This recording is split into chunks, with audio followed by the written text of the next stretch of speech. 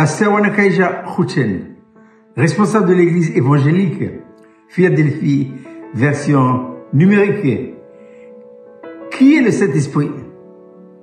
Le Saint-Esprit est l'un des composants de la Trinité, à savoir Dieu le Père, Jésus-Christ le Fils et le Saint-Esprit. Et chacun de ces composants ont une dispensation. Qu'est-ce qu'une dispensation? C'est une économie, c'est un laps de temps où chacun doit fonctionner. Le Père a eu sa dispensation dans toute l'ancienne alliance. Ça ne veut pas dire que Jésus-Christ le Fils et cet esprit ne sont pas là. Si, ils sont là, mais ils sont en veilleuse. C'est surtout le Père qui se met en avant.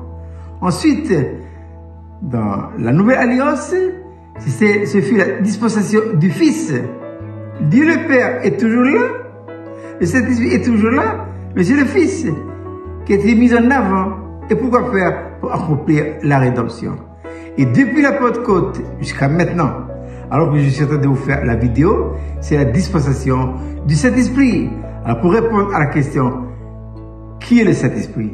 Le Saint-Esprit, c'est la troisième personne de la Trinité qui maintenant, en notre temps, rend possible, réalise dans votre vie et dans ma vie, si réellement nous sommes nés de nouveau, toute l'œuvre de la rédemption accomplie par Jésus à la croix de Golgotha. À la croix de Golgotha, Jésus a accompli, il nous donne une position, mais c'est celle-ci maintenant qui va nous faire rentrer dans la réalité expérimentale de tout ce que Jésus a accompli pour nous.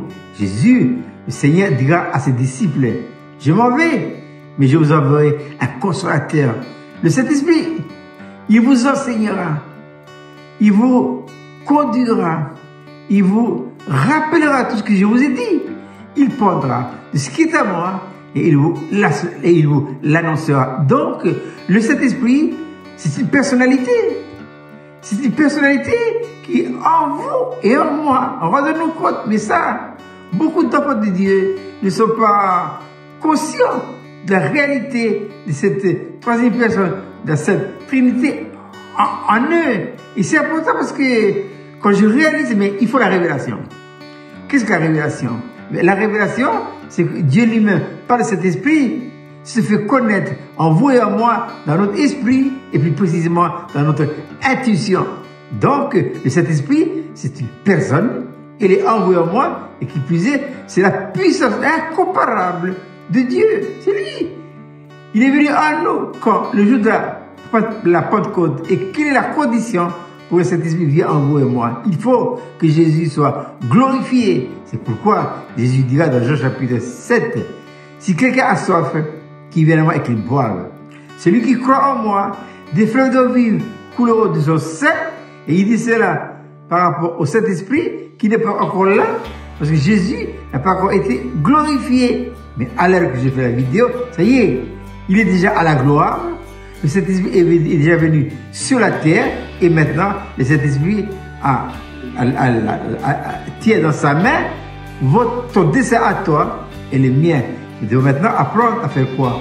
À honorer son glorieux ministère dans notre vie et lui céder entièrement la place, je dirais, toute la place. Mais la condition, il faut que Jésus règne. Il faut qu'il règne. Hein? Et quand je dis Seigneur Jésus-Christ est le roi dans votre cœur et dans mon cœur, c'est alors que cet esprit prend les choses en main.